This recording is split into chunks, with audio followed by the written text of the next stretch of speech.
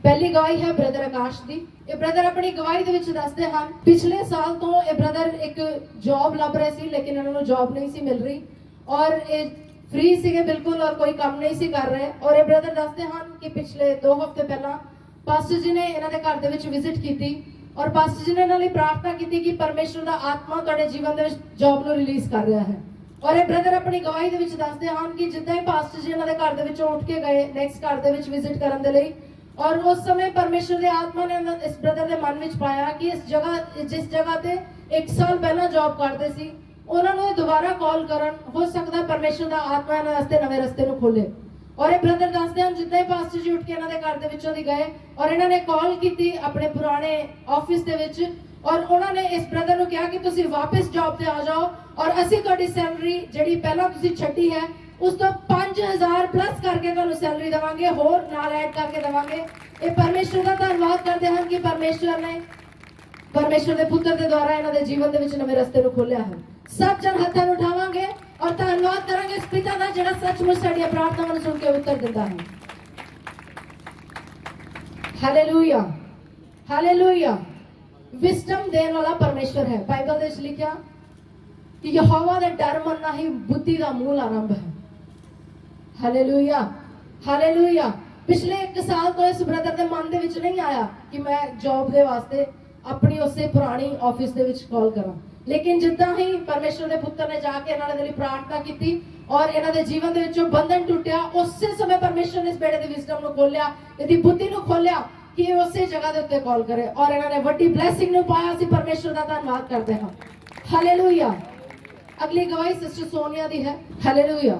ये सिस्टर सोनिया हम दुगरी पिंड तो आए हैं और ये सिस्टर अपनी गवाही दे विच दसदे हन कि अज तो तकरीबन 9 साल पहला इस सिस्टर दा एक एक्सीडेंट होया सीगा, जिस एक्सीडेंट दे विच इन्हां दे गोडियां दे उत्ते सट लगी सी।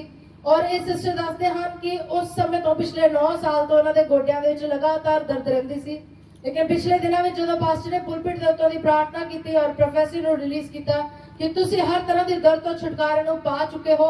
और ये सिस्टर दसदे हन कि उस दिन तो इन्हां दे गोडियां विच कोई भी पेन नहीं है। परमेश्वर ने पिछले 9 साल की दर्द तो इन्हां नूं एक पल दे विच छुटकारा दिता। ये परमेश्वर दा धन्नवाद करदे हन कि परमेश्वर इन्हां नूं छू के चंगाई दित्ती है।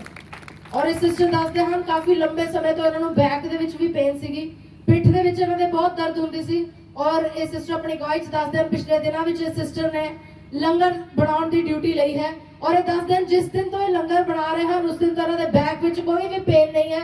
खुदा ने इन्हां नूं छू के चंगाई दित्ती है। असीं परमेश्वर दा धन्नवाद करदे हां।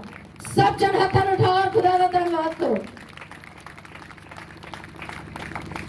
तुसीं चर्च दे विच किसी भी स्थान दे उत्ते बैठे हुए हो, चाहे किसी भी जगह दे उत्ते अपनी ड्यूटी कर रहे हो, लेकिन परमेश्वर दी सामर्थ लिमिटेड नहीं है।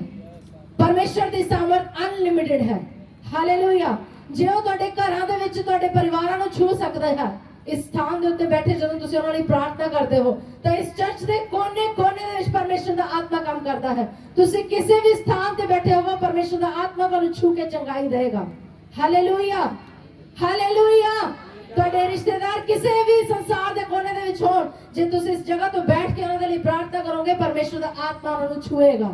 Because the spirit of the God has no limit. Hallelujah.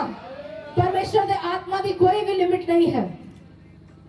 आओ अगली गवाही ने सुनिए। अगली गवाही सिस्टर इवेंजलिन दी है। ये बेटी इवेंजलिन है, लम्मा पिंड तो आई है। ये बेटी अपनी गवाही दे विच दसदी है कि ये बेटी बायोटेक्नोलॉजी की स्टडी कर रही है और पिछले दिनों में इस बेटी का एग्जाम सी और ये बेटी दसदी है जिस दिन इस बेटी ने अपना बॉटनी का एग्जाम दिता तो इन्हू बिल्कुल भी उम्मीद नहीं सी कि बेटी उहदे विचों पास होएगी, क्योंकि एग्जाम टफ सी और ये बेटी उसनों अपीयर करने दे विच डिफिकल्टी महसूस करती सी और इन्हू लगता सी कि शायद मैं ये पास नहीं होवांगी और ये पेपर मैंने दोबारा देना पड़ेगा। लेकिन जिद्दां ये बेटी पेपर दे के वापस आई, इन्हें प्रार्थना की परमेश्वर दे अगे कि पिता जी तुसी चाहो तो मैनू इस एग्जाम विचों अपीयर करवा सकते और मैनू रीअपीयर करने की लोड़ नहीं पेगी। और ये बेटी दसदी है कि जदों इसका रिजल्ट आया इन्हू बिल्कुल भी उम्मीद नहीं सी कि बॉटनी चो अच्छे नंबर आएंगे, लेकिन ये बेटी बिल्कुल अच्छे नंबरों के नाल पास हुई है। परमेश्वर का धन्यवाद करती है कि परमेश्वर के आत्मा ने दी सहायता की है। बाइबल दे विच लिखिया कि जिहड़े लोग परमेश्वर दे उत्ते भरोसा करते हैं वो कदी शर्मिंदा नहीं हुंदे। Hallelujah, hallelujah. प्रभु यीशु मसीह ने साडी शर्मिंदगी नूं क्रूस दे उत्ते उठा लिया और सानू हर तरह की शर्मिंदगी तो आजाद किया है। और असं धन्यवाद करते हैं कि परमेश्वर ने इस बेटी की हेल्प की है। सब जन हथन उठाइए और खुदा का धन्यवाद करिए। अगली गवाही सिस्टर रिबका दी है। इस सिस्टर रिबका हम दुगरी पिंड तो आए हैं और इस सिस्टर अपनी गवाही दे विच दसदे हन कि कुछ हफ्ते पहला इस सिस्टर ਜਦੋਂ ਚਰਚ ਅਟੈਂਡ ਕਰਕੇ ਗਏ ਸੰਡੇ ਨੂੰ ਤੇ ਸ਼ਾਮ ਨੂੰ ਇਹ ਕਿਤੇ ਜਾ ਰਹੇ ਸੀ ਔਰ ਇਹ ਸਿਸਟਰ ਦੱਸਦੇ ਹਨ ਕਿ ਦੁਗਰੀ ਦੇ ਮੋੜ ਦੇ ਉੱਤੇ ਜਿਹੜਾ ਪਿੰਡ ਦਾ ਐਂਟਰੈਂਸ ਹੈ ਉਸ ਜਗ੍ਹਾ ਦੇ ਉੱਤੇ ਇਹ ਸਿਸਟਰ ਦਾ ਇੱਕ ਬਹੁਤ ਸਵੇਅਰ ਐਕਸੀਡੈਂਟ ਹੋਇਆ। ਇਹ ਸਿਸਟਰ ਆਪਣੀ ਭੈਣ ਦੇ ਨਾਲ ਬਾਈਕ ਦੇ ਉੱਤੇ ਸੀ, ਐਕਟਿਵਾ ਦੇ ਉੱਤੇ ਸੀਗੇ ਔਰ ਪਿੱਛੋਂ ਦੀ ਇੱਕ ਕਾਰ ਆਈ ਔਰ ਉਸ ਕਾਰ ਨੇ ਇਹਨਾਂ ਨੂੰ ਇੰਨੀ ਬੁਰੀ ਤਰ੍ਹਾਂ ਹਰਟ ਕੀਤਾ, ਇੰਨੀ ਬੁਰੀ ਤਰ੍ਹਾਂ ਟੱਕਰ ਮਾਰੀ ਇਹਨਾਂ ਦੇ ਵਿੱਚ ਕਿ ਇਹਨਾਂ ਦੀ ਐਕਟਿਵਾ ਬਿਲਕੁਲ ਖਤਮ ਹੋ ਗਈ, मतलब पूरी तरह नाल टुट गई इन्हां दी एक्टिवा। और इस सिस्टर दसदे हन कि जदों गिरे ना सिर जमीन दे उत्ते इन्नी जोर नाल लगा कि इन्हां नूं लगा कि इन्हां दे सिर दे विच कोई फ्रैक्चर हो गया है, कि सिर दी कोई हड्डी इन्हां दी टुट गई है, इन्नी जोर नाल नीचे गिरे।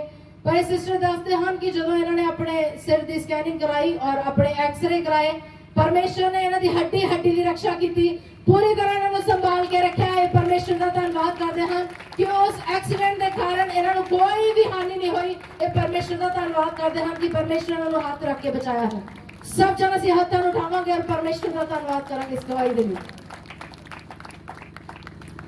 अगली गवाही ब्रदर शर्मा दी है। ये ब्रदर शर्मा हैं दुगरी पिंड तो आए हैं और ये ब्रदर अपनी गवाही दे विच दसदे हैं कि इस ब्रदर दे पेट दे विच बहुत ज्यादा इन्फेक्शन सी और ये दसदे हैं इन्हां नूं बिल्कुल खाधा पीता पचदा नहीं सी।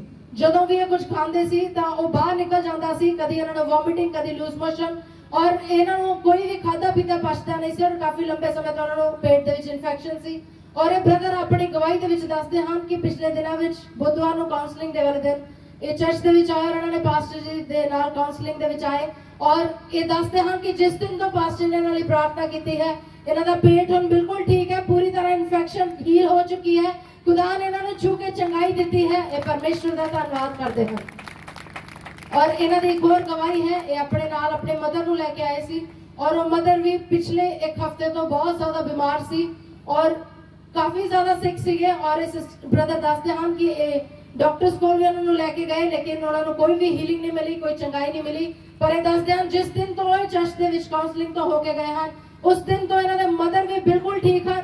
परमेश्वर ने इस पूरे परिवार में छू के चंगाई दी है। असीं परमेश्वर का धन्यवाद करते हैं। सब जन हथन उठाइए और खुदा का धन्यवाद करिए इस गवाही के लिए। अगली गवाही सिस्टर मधु दी है। ये सिस्टर मधु हन कोटला पिंड तो आए हैं और ये सिस्टर अपनी गवाही दे विच दसदे हैं कि कुछ महीने पहला पास्टर जी ने जदों पुलपिट तो प्रोफेसी रिलीज की सी कि तुहाडे घर दे विच बिजली दे बिल 0 आउणगे और ये सिस्टर दसदे हैं कि इन्होंने उस प्रोफेसी नूं रिसीव किया और पिछले 5 महीने तो इस सिस्टर के घर का बिल 0 आ रहा है।